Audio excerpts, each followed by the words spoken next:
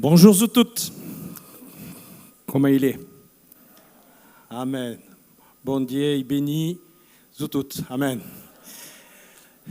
Voilà, c'est quelques mots, mais il y en a d'autres qui vont venir, certainement. Très heureux de pouvoir partager ces moments avec vous. Et c'est vrai, le thème choisi est un thème tellement important qui, dans son titre très accrocheur, nous rappelle également, quand nous regardons des versets, que chaque mot a son importance.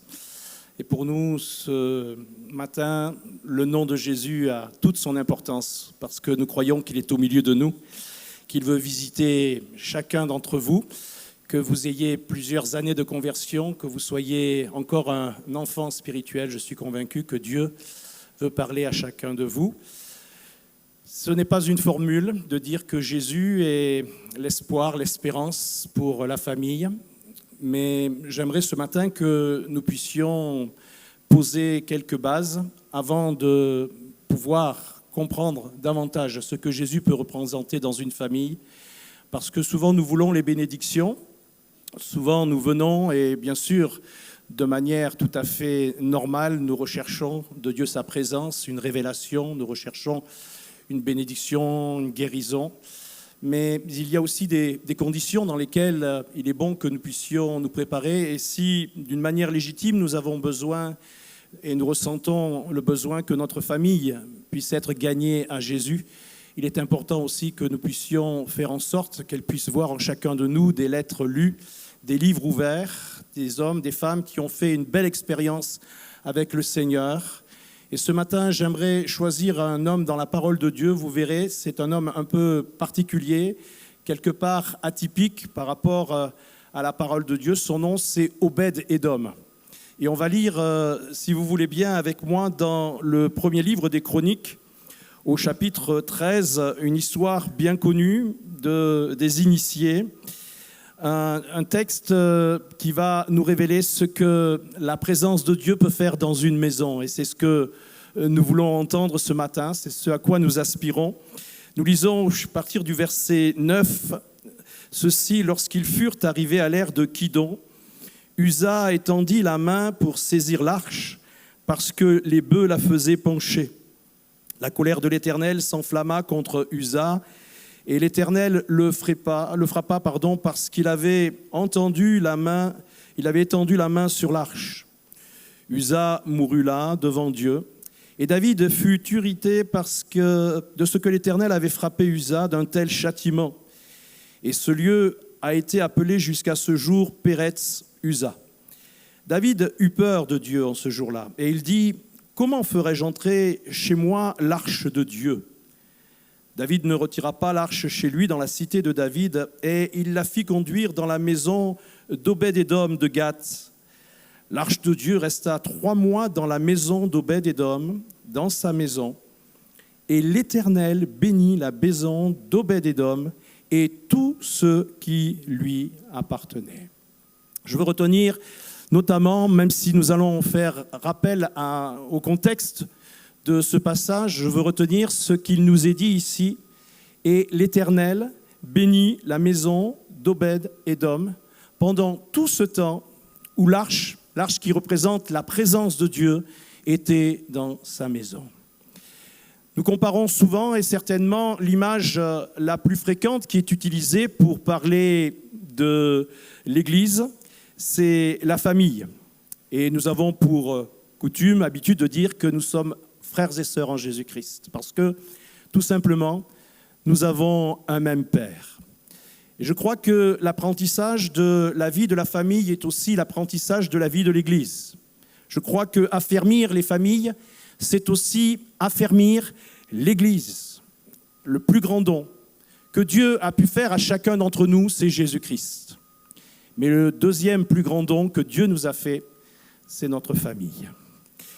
Et ce qui est bien, c'est que nos familles puissent connaître le Seigneur Jésus-Christ, que nos familles puissent vivre selon ce que Jésus désire en chacun de nous. Ce que Jésus cherche sont de véritables hommes et femmes qui vont maintenir dans leur famille. Et je comprends que ce n'est pas toujours facile. Je comprends par les circonstances que nous n'avons pas toujours la possibilité, que chaque famille démontre une attitude à l'égard de Dieu qui puisse l'honorer. Quand on lit dans l'Épître aux Hébreux, au chapitre 11, vous connaissez certainement ce chapitre qui parle de la foi. Il nous est parlé de grands hommes de foi, mais on entend parler aussi d'autres personnes. On entend parler d'Ève, on entend parler de Noé, Noé au verset 7. On entend parler de Sarah, on entend parler de la mère de Moïse, on entend parler également de Rahab. Ce sont des personnes qui n'ont pas tué un lion, qui n'ont pas accompli, semble-t-il, au demeurant, de grandes choses extraordinaires. Mais elles ont un point en commun. Et ce point en commun, c'est qu'elles ont sauvé leur famille. Ce point en commun, c'est que par la foi, elles ont amené leur famille à Dieu.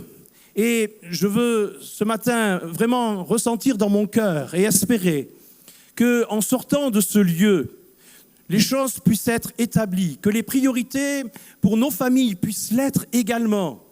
À savoir que Jésus a ce désir d'être l'hôte silencieux, mais l'hôte précieux, l'hôte présent, omniprésent dans notre famille. Et le thème de ce matin, pour moi, c'est rebâtir l'autel de la famille.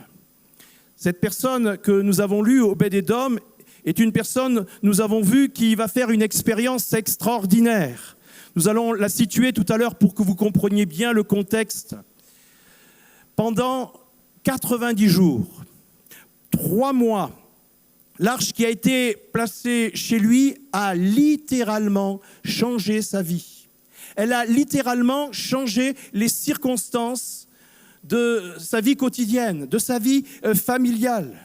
Quand on sait que, bien sûr, l'arche représente la présence de Dieu, quand on sait ce qu'elle signifie, et partout où il y avait l'arche, il y avait la présence de Dieu. Partout où il y avait l'arche, il y avait le symbole de la bénédiction. Il y avait le symbole de la victoire. Et même les Philistins désiraient prendre l'arche. Et vous vous souvenez certainement, et vous trouvez ce texte dans le 5e chapitre du premier livre de Samuel.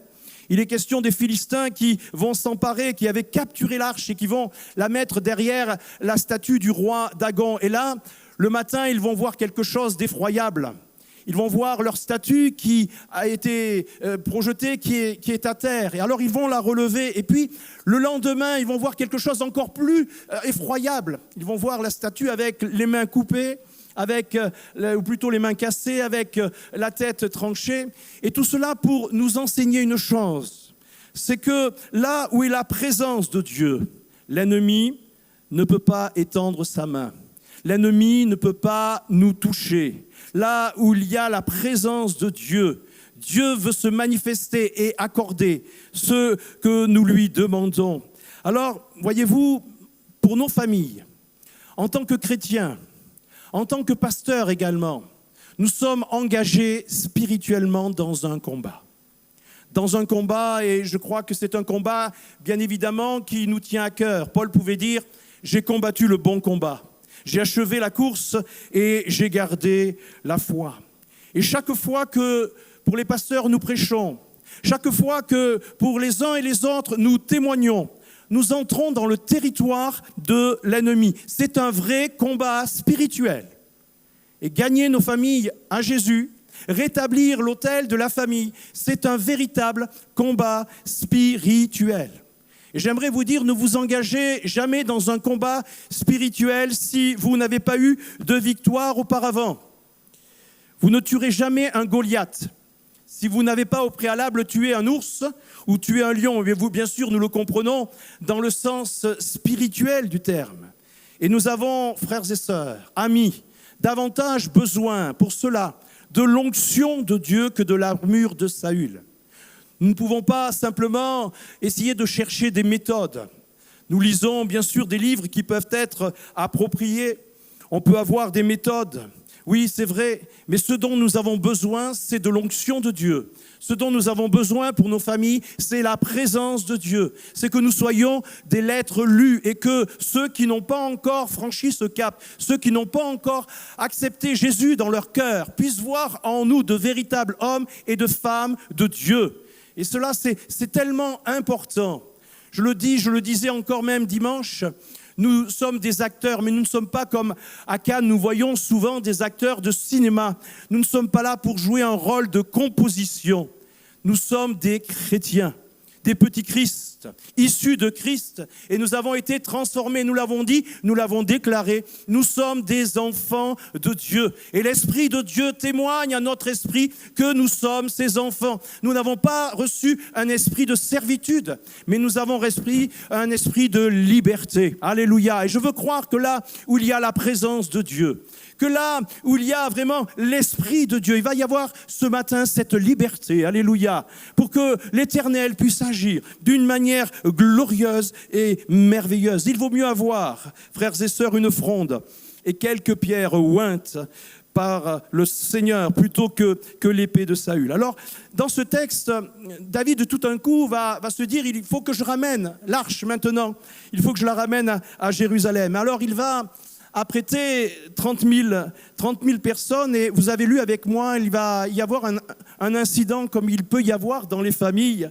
L'arche va être secouée, elle va pencher, et Uza va tendre la main, et là il va mourir, et David ne sait pas quoi faire. Le texte nous dit, nous l'avons lu, qu'il eut peur, il eut peur. Il n'a pas eu peur de l'ours, il n'a pas eu peur du lion, il n'a pas eu peur de Goliath, mais à ce moment-là, il a peur. Et soudainement, il se souvient d'une adresse. Il se souvient de la maison d'Obed-Édom. Obed-Édom n'était pas un Israélite. Il était de la ville de Goliath. Il était de Gath. Et lorsqu'on regarde le livre de Samuel, on s'aperçoit que David avait capturé 600 hommes et les avait relocalisés en Israël. Et tout d'un coup, il va se souvenir d'Obed-Édom. Et il dit, même temporairement, je vais laisser l'arche chez cet homme. Voici un homme, Obed-Édom, qui n'avait pas dans sa famille quelqu'un qui connaissait l'Éternel, quelqu'un qui n'avait aucune connaissance de Dieu, et qui va recevoir soudainement l'arche de Dieu pendant 3 mois, pendant 90 jours, qui vont complètement bouleverser sa vie. Sa famille a été bénie. L'atmosphère de la maison a totalement changé. Mais maintenant, David veut faire revenir l'arche. Pourquoi ? Parce que David a entendu, et on le lit, si on peut le projeter, si vous l'avez enregistré dans 2 Samuel, au chapitre 6 et au verset 12, on vint dire au roi David, « L'Éternel a béni la maison d'Obed-Édom et tout ce qui est à lui, à cause de l'arche de Dieu. » Et David se mit en route et fit monter l'arche de Dieu depuis la maison d'Obed-Édom jusqu'à la cité de David, au milieu des réjouissances. Obed-Édom, je pense, n'a pas été très content de cette décision. Parce qu'il savait, après ces 3 mois passés avec la présence de l'arche dans sa maison, ce que signifiait la présence de Dieu. Il a été béni. Sa femme, ses enfants ont été bénis. L'atmosphère de la maison a complètement changé. Sa maison tout entière a été bouleversée. Et alors, dans ce contexte, dans cette configuration, David va convoquer Israël et nous lisons au chapitre 15 du premier livre des Chroniques, les 3 premiers versets, David se bâtit des maisons dans la cité de David, il prépara une place à l'arche de Dieu et dressa pour elle une tente. Alors David dit, l'arche de Dieu ne doit être portée que par les Lévites, car l'Éternel les a choisis pour porter l'arche de Dieu et pour en faire le service à toujours. Et David assembla tout Israël à Jérusalem pour faire monter l'arche de l'Éternel à la place qui lui avait été préparée. David convoque toute l'assemblée d'Israël. Il veut rétablir le tabernacle, ramener l'arche selon, cette fois-ci, les prescriptions de l'Ancien Testament. Et cela nous rappelle que même si nous avons les meilleures dispositions, ce qui est important, c'est de faire selon ce que l'Éternel nous demande de faire. Même si nous cherchons parfois de faire les choses de la manière la plus parfaite, pensant pouvoir être agréable à l'Éternel, ce qui est important, c'est surtout de faire ce que Dieu nous demande de faire. David veut remettre en ordre les choses et il ne veut pas que quelque chose de mal se passe comme les choses se sont passées. Alors, il va faire revenir l'arche vers Jérusalem. Mais Obed-Édom, il se souvient. Et cette bénédiction qu'il a eue pendant ces 90 jours, pendant ces 3 mois, il ne désire pas que ça puisse s'éloigner de son foyer. Il sait ce que l'arche représente. Il sait ce que la présence de Dieu peut représenter dans sa vie, dans son foyer, dans sa famille.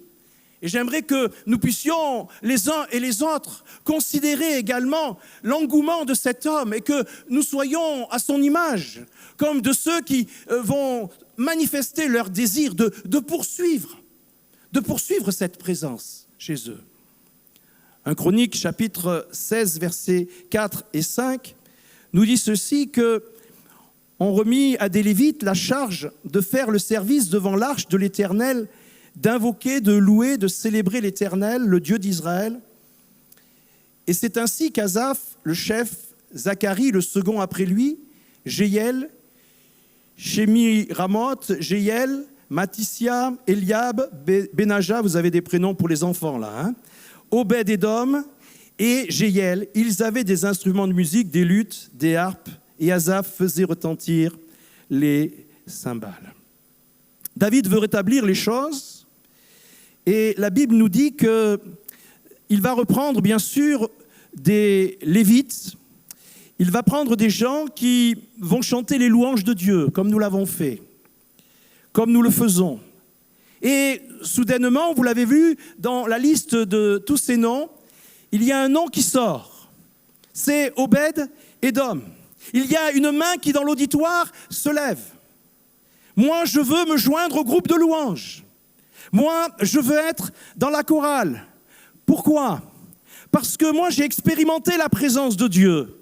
Je l'ai expérimenté dans ma maison. Je ne suis pas juif. Je suis de Gath, de la ville de Goliath. Je n'ai aucune famille qui soit parmi les Lévites, qui connaissait l'Éternel. Je n'ai aucune connaissance de la loi, mais je sais une chose. Et peut-être parfois nous ne connaissons pas toutes les choses qui peuvent être autour de la parole de Dieu. Mais je sais une chose, c'est que pendant 90 jours, pendant 3 mois, l'arche était dans ma maison. Et pendant ces 90 jours, cela a complètement changé l'atmosphère familiale. Cela a apporté un sens nouveau. Notre maison était bénie. La parole de Dieu y était manifestée. Et nous avons pu sentir la présence de Dieu. Je sais ce que la présence de Dieu peut faire dans ma famille. Toute amertume, toute animosité, toute difficulté ont quitté ma maison. Pendant 3 mois, nous avons été complètement transformés. Alors si en chantant, si en me joignant au groupe de louanges, je peux être près de l'arche, je le désire parce que je sais ce que signifie la présence de Dieu dans ma vie et dans mon service. Et alors pour rétablir toutes ces choses, on va chercher après des chantres, on va chercher des portiers. Et au chapitre 15 de ce même livre des Chroniques et au verset 18, nous avons là la liste de tous les portiers. Et il nous est dit, puis avec eux, leurs frères du second ordre, Zacharie, Ben, Jahaziel, Shemiramoth, Jéhel, Uni, Eliab, Benaja, Maaseja, Matissia, Eliphélé, Mikneja et Obed-Édom et Jéhiel, les portiers. Et les portiers avaient cette responsabilité de prendre la ménorah, de préparer, de nettoyer le tabernacle, d'ouvrir comme le jeune Samuel les portes. C'était un travail très ordinaire. L'accueil n'est pas un travail ordinaire. Et c'est bien pour ceux qui se trouvent aux portes. Parce que tu dois organiser ton église. Parce que tu dois aligner les chaises, je ne sais pas, et je pense que vos pasteurs ou ceux qui en ont la responsabilité le font aussi. Ils regardent si les chaises sont toutes bien rangées, si elles sont toutes bien alignées. Mais à ce moment-là, on va chercher des gens pour remplir la fonction. Et on prend la liste des noms, et qui c'est que l'on voit ? Quelqu'un qui lève encore la main, Obed-Édom. Moi, je vais le faire. Je suis déjà engagé dans la chorale. Je suis déjà engagé dans le groupe de louanges. Mais je ne veux pas simplement servir quand il y a des réunions. Je veux servir aussi avant que les réunions puissent se dérouler. Je veux servir en nettoyant. Je veux servir en arrangeant. Je veux servir en étant proche du lieu de rassemblement. Vous savez pourquoi? Parce que moi je sais ce que signifie la proximité de la présence de Dieu. C'est parce que je sais ce que signifie la présence de l'arche dans une maison. Alors si je peux être encore près de l'arche, et pas simplement pendant les réunions, je veux m'engager à servir. Cela m'a changé. Cela a changé ma vie. Cela a changé ma famille. Je suis tombé amoureux de la présence de Dieu. Et puis, dans la continuité, on va chercher quelqu'un pour jouer de la musique, pour jouer de la harpe. Il y a là toute une liste de ceux qui sont amenés à être des musiciens. Et il nous est dit, dans ce même chapitre, à partir du verset 21, et Mathisia, Eliphélé, Mikneja, Obed-Édom, Jéhiel et Azaria avaient des harpes à 8 cordes pour conduire le chant. Voyez-vous, dans mes premières lectures de la parole de Dieu, il y a bien des années, je sautais les généalogies. Je les négligeais. Et quand j'arrivais avec toute cette liste, je disais, Seigneur, je le lis pour dire que j'ai lu la Bible, mais je ne prenais absolument pas attention à ce que ces généalogies pouvaient contenir. Et puis un jour, j'ai regardé que dans une des généalogies, il y avait la fabuleuse vie de Jabet qui a été complètement transformée. Puis je suis arrivé aussi sur Obed-Édom. La prochaine fois que vous lirez ce passage, j'espère bien que vous ne négligerez jamais les généalogies. On cherche des joueurs de harpe. Parce qu'avant la parole, et c'est quelque chose qui a été formidablement fait, nous avons eu un temps de louange. Parce que louange dispose nos cœurs. Parce qu'il y a des victoires qui se manifestent déjà au travers du chant. Des gens ont été impactés parce qu'elles sont entrées dans ce lieu, elles ont entendu des paroles merveilleuses, des paroles qui à elles-mêmes étaient déjà des prédications. Nous voyons Paul et Silas qui chantent des cantiques pourtant dans des conditions les plus difficiles, mais qui vont déjà permettre un revirement de situation dans le cœur de tellement de prisonniers. On voit aussi, bien sûr, avec Josaphat, vous connaissez tout cela, qu'il va envoyer la chorale devant et combien la victoire sera grande.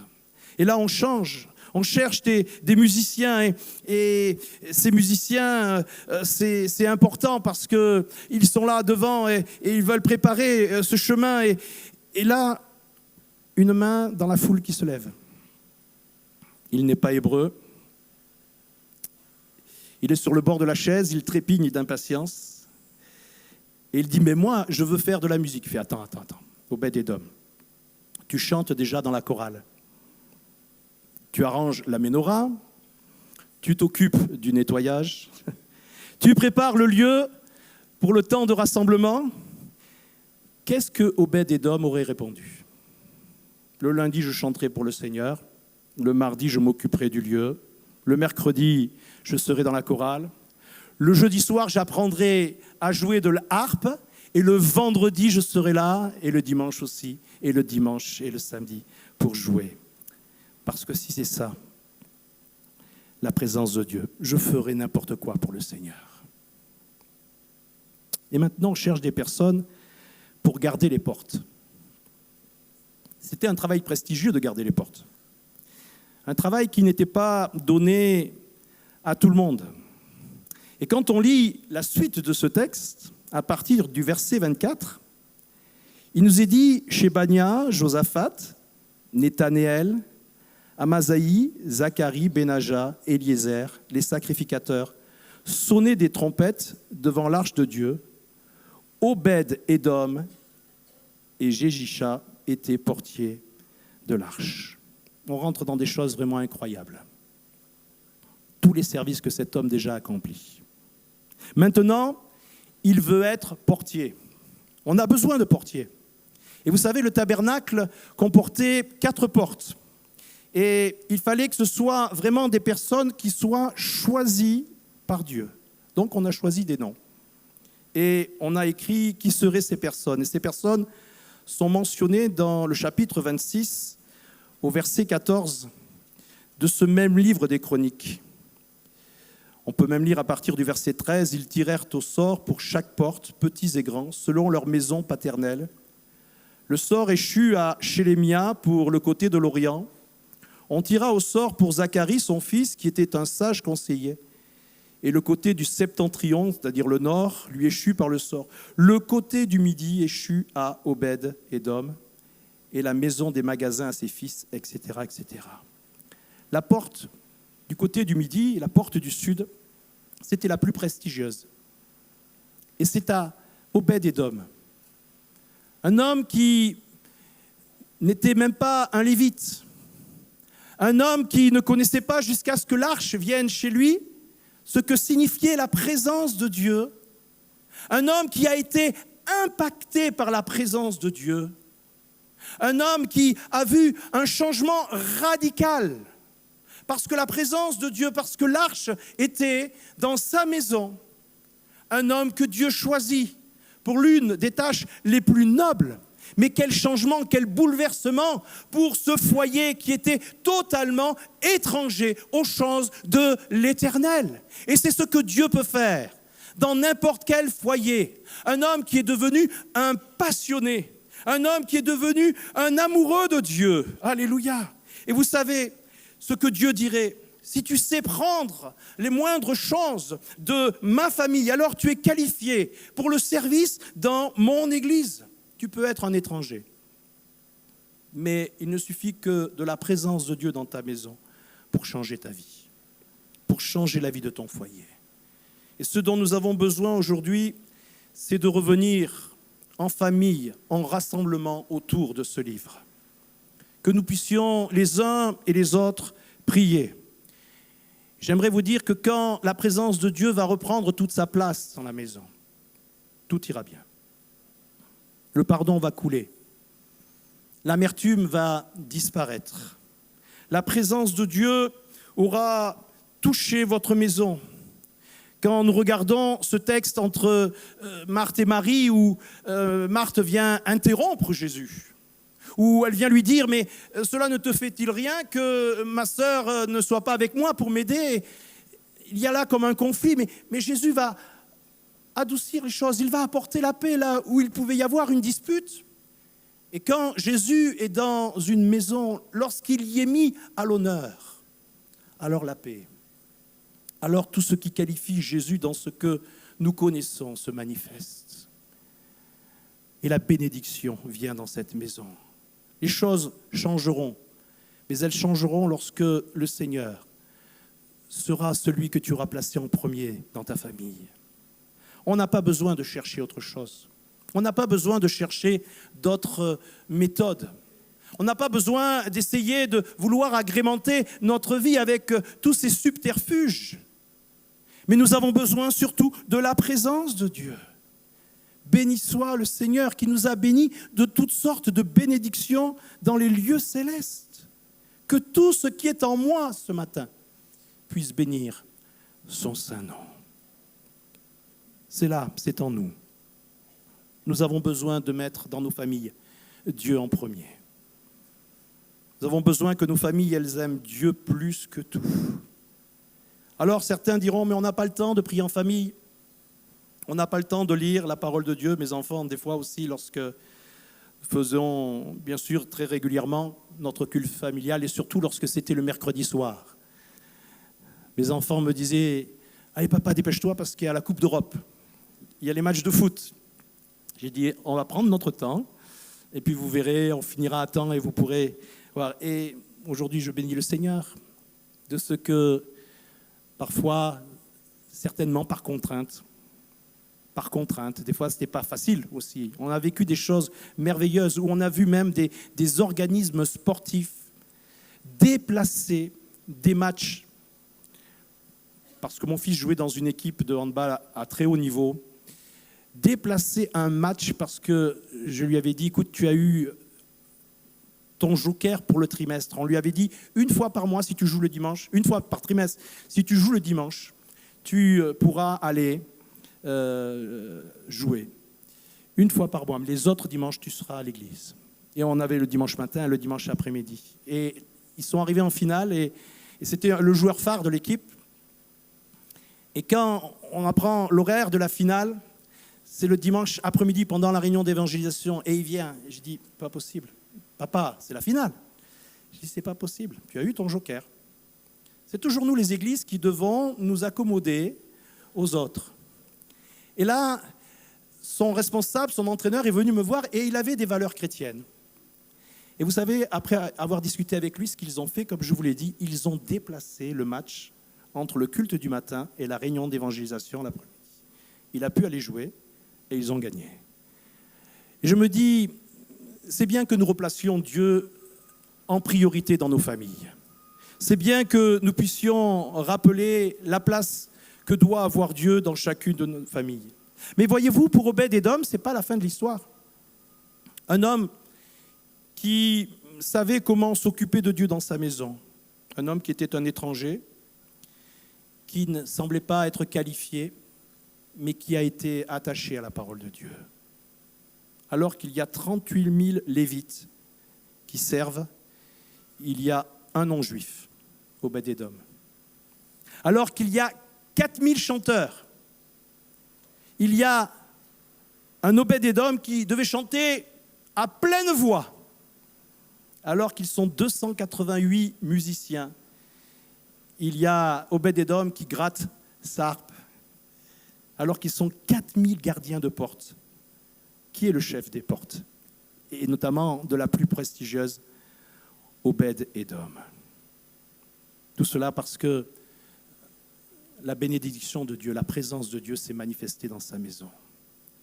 Parce que cet homme n'a pas simplement compris de manière réflexive, mais parce qu'il a compris, en vivant au quotidien, la valeur de la présence de Dieu dans une famille.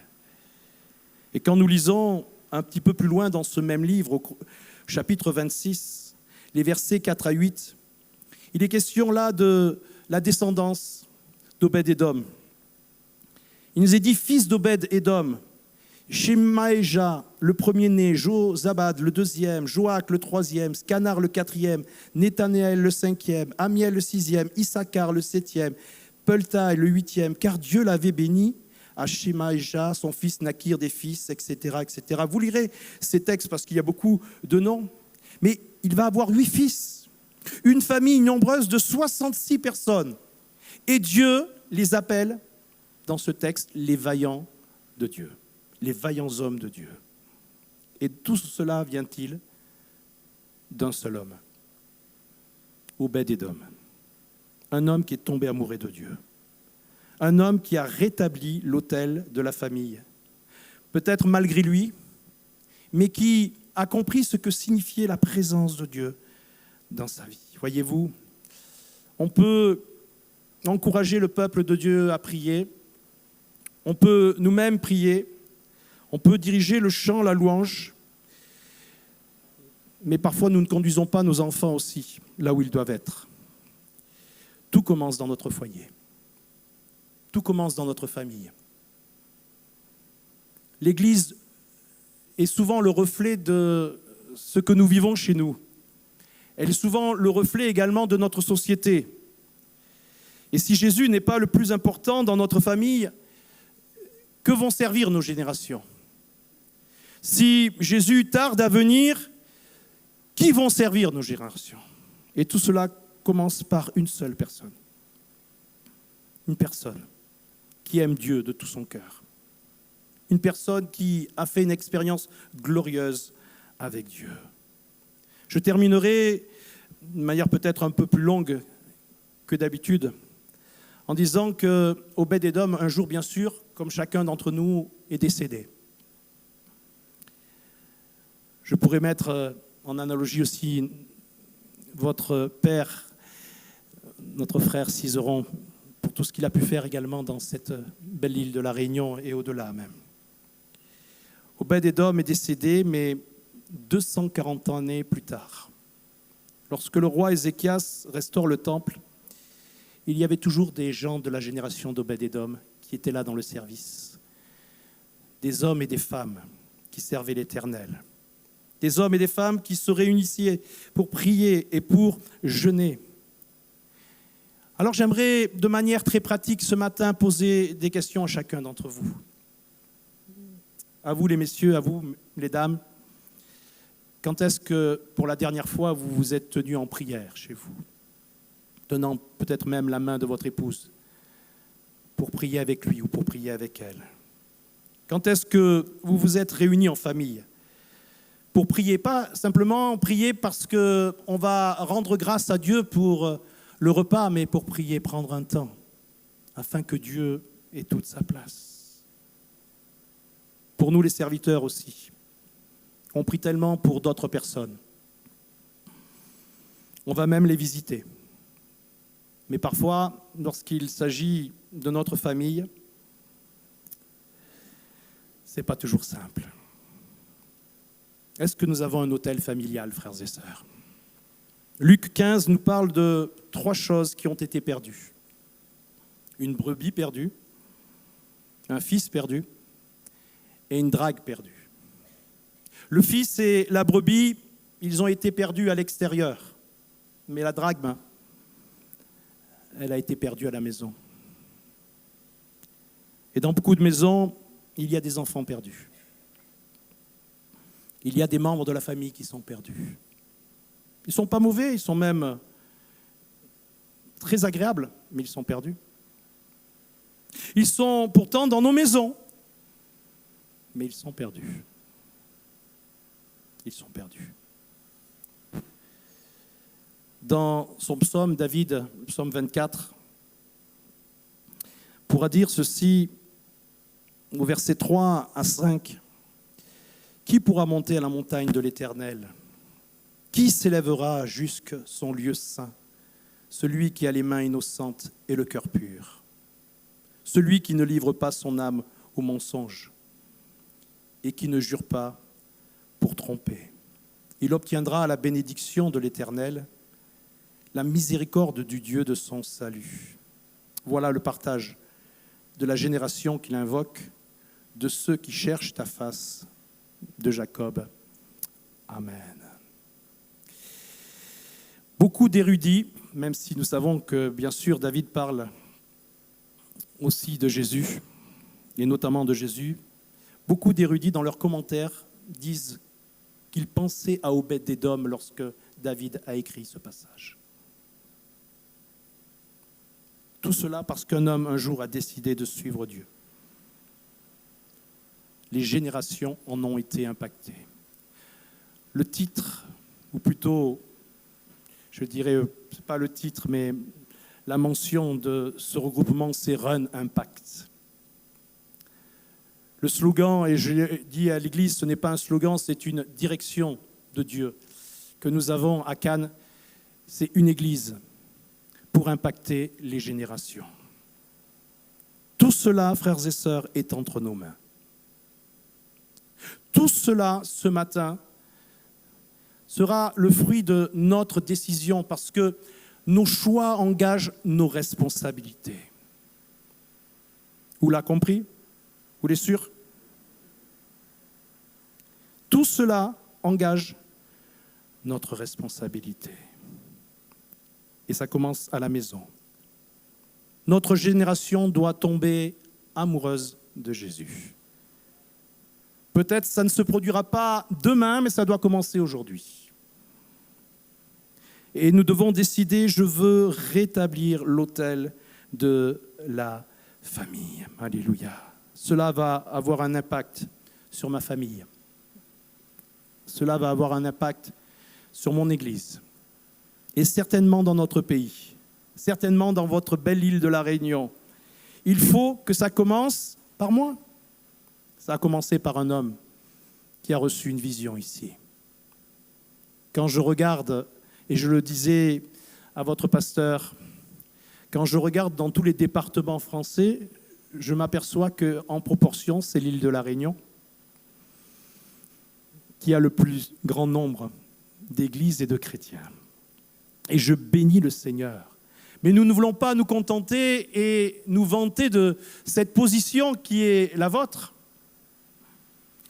Nous savons que jusqu'à la dernière âme, parce que Dieu veut que tous les hommes soient sauvés, il veut que tous parviennent à la connaissance de la vérité.